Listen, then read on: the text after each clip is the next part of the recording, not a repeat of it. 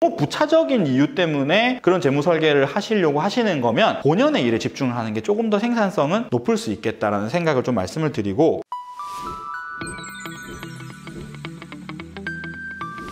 네, 보험 영업 쉽게 공부하자 7번째 시간입니다. 여러분들 이렇게 한 편 한 편 보고 계실 텐데 제 나름대로는 이 주제 정하는데 굉장히 고민을 많이 했어요. 특히 이 주제는 되게 고민해서 결정을 한 거거든요. 왜냐면 이 10분 상간의 시간에 여러분들께 재무 설계를 다 알려드린다는 거는 한계가 있지만, 저도 미래에셋증권의 증권 펀드 투자 상담사 자격도 이제 있어서 활동을 하고 있는데, 제목이 오늘 있잖아요. 재무 설계사, 보험 설계사 어렵게만 느껴지는 재무 설계, 이렇게 해보세요거든요. 카카오톡 1인 보험 CEO 되기 채널을 친구 추가하시면 보험 영업에 대한 정보와 강의 공지를 가장 빠르게 받아보실 수 있습니다. 저는 여러분 영업을 처음 시작할 때 보험 설계사로 시작하지 않았습니다. 저는 재무 설계사였어요. 왜? 유튜브라 이렇게 언어를 좀 순화해서 얘기하면 되게 창피했거든요. 그죠?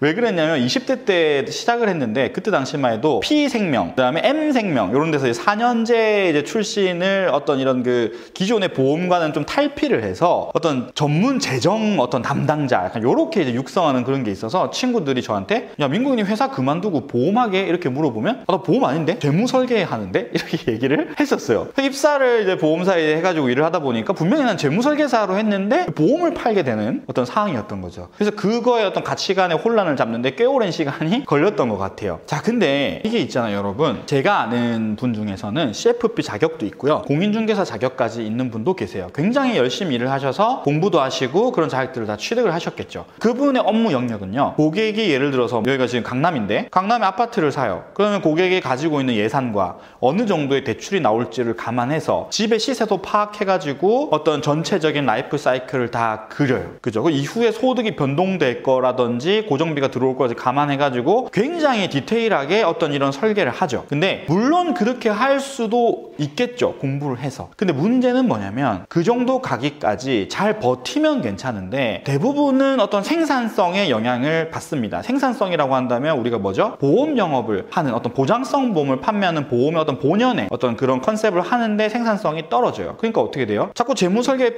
어떤 좀 이렇게 아까 제가 말씀드린 부동산을 공부하고 여러 가지 이런 공부를 해나가는 과정은 좋으나 내 생산성이 떨어질 수 있다는 거죠. 그러면 이 기준을 내가 생산성도 떨어뜨리지 않으면서 고객의 재무 정도도 어느 정도 우리가 관리해 줄 수 있는 그 중간 정도를 하는 것이 평균의 어떤 보통의 보험 설계사들에게는 맞지 않을까라는 생각을 제가 했거든요. 그래서 많이 물어보세요. 단장님, 펀드 투자 상담사를 따는 게 좋을까요? 증권 투자 상담사를 따는 게 좋을까요? 그럼 제 방송을 보고 있는 여러 또 선배분들이 계실 텐데, 그런 거 자격증 따보신 분들이 계실 텐데 어떻게 생각하시나요? 그러니까 이거를 혼동하는 분들이 많아요. 근데 저는 여러분들에게 조언 드리고 싶은 게, 이거를 있어 보이기 위해서 어떤 그런 자격증을 가지고 뭔가 활용의 어떤 목적보다는 물론 그런 것도 브랜딩에 도움이 될 수 있지만 너무 부차적인 이유 때문에 그런 재무 설계를 하시려고 하시는 거면 본연의 일에 집중을 하는 게 조금 더 생산성은 높을 수 있겠다라는 생각을 좀 말씀을 드리고, 그러면 어떻게 우리가 어떤 재무적인 관점에서도 고객한테 이 정도까지만 해줘도 괜찮다는 거를 제가 한번 제 나름대로의 주관적인 기준을 말씀드려 볼게요. 그래서 재무 설계를 도전하려고 하는 분들은 스텝 바이 스텝 요 정도부터 한번 시작을 해보시면 좋을 것 같아요. 자, 앞에 보시면 왼쪽에 자산 상태표가 있고요, 현금 흐름표가 있습니다. 자, 월 현금 흐름표라고 하는 거는 내가 현재 벌고 있는 매달의 급여 소득에 대해서 고정비, 그 다음에 어떤 변동비 이런 것들을 적어볼 수가 있겠고요. 자산 상태표 같은 경우에는 현재 내가 가지고 있는 자산, 예를 들면 예금 통장에 있는 금액 또는 부동산을 사기 위해서 들어갔던 나의 목돈과 아니면 은행에서 대출을 받았던 대출 금액들, 이런 것들에 가지고 있는 부채와 순자산을 기재를 할 수가 있는 거죠. 자, 근데 여러분들이 고객을 만나가지고 처음부터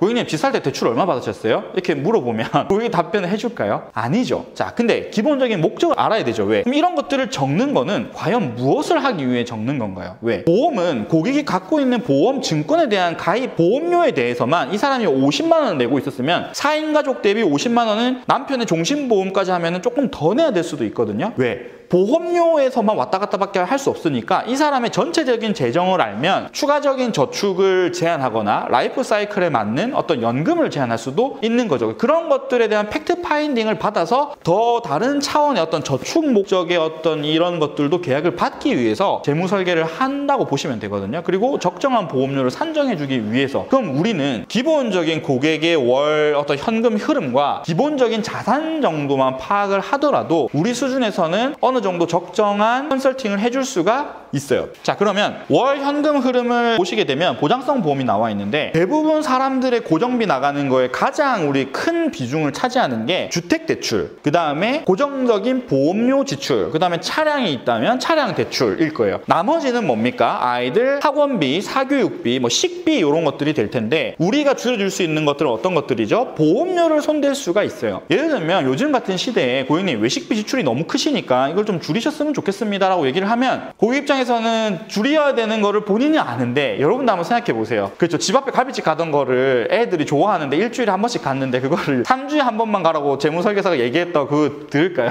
생각보다 쉽지 않거든요. 그래서 우리는 고객의 월 소득을 가볍게 물어보면서 고정적인 보험료 지출 정도를 파악하면, 집 대출과 고정적인 보험료 지출만 파악하더라도 이 사람 소득에서 어느 정도가 남고 지출이 변동비가 될 거라는 거를 어느 정도 예상을 할 수가 있어요. 무슨 말씀인지 이해되셨죠? 그래서 그런 것들을 조금 더 자세히 적어주면 이런 식으로 적어줄 수가 있어요. 그래서 우리가 만나는 어떤 고객들이, 물론 제 영상을 보는 분들 중에서 굉장히 고객 자산가라든지 대한민국 상위 계층의 사람들을 만나는 분들은 얘기가 좀 다를 수 있겠지만, 평균적인 고객들이라면 지금 현재 나가고 있는 카드값이라든지 생활비나 이런 가계부 쓰는 것조차도 정리가 안 돼 있다는 거죠. 그래서 우리는 요거를 한번 쭉 고객이랑 같이 가계부를 쓴다고 생각하고 기재를 해주고, 어설프게 식비를 줄이세요 이런 것보다는 전체적인 보험료 비중에서 낮춰줄 수 있는 부분들을 낮춰주고, 그럼 보험료를 낮춰줬으면 그 비는 부분을 가지고 뭐를 제한할 수 있죠? 저축을 제한할 수가 있겠죠. 연금이라든지 자녀 교육자금, 이런 거를 마련해줘서 우리가 본연의 업무에 집중되는 거를 마무리하고 난 뒤에 펀드를 제가 하고 있는데, 분산 투자는 어떻게 해야 될까요? 이런 이야기들을 해나가는 게 효과적으로 우리의 목적도 달성하면서 어느 정도의 재무 설계에 너무 방대하지 않은 영역 내에서 우리가 영업을 좀 해나갈 수 있지 않을까 생각을 합니다. 네, 그래서 여러분들이 너무 극단적으로 난 이제 재무 설계를 할 거야 해가지고 막 보험은 이제 싫어 막 이렇게 하시면 정말 우리의 주 소득원인 보험 소득이 떨어지게 되면 여러분들이 하고자 하시는 그 재무 설계도 영위하기가 힘들어질 수